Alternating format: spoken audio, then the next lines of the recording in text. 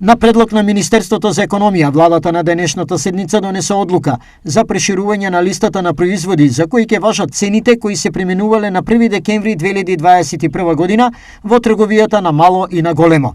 Листата се проширува со 3 нови основни прехранбени производи – ориз, јајца и тестенини. Напише на својот Facebook профил министерот за економија Крешник Бектеши.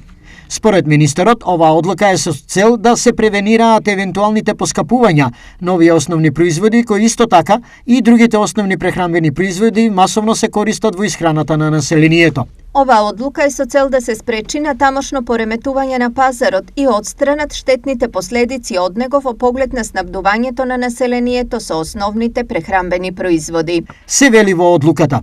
Оваа одлука ќе важи до 31 јануари 2022 година, исто како и претходната со која на ниво од 1 ноември се замрзнаа цените на месото, млекото, брашното, шекерот, маслото за јадење и некои други артикли.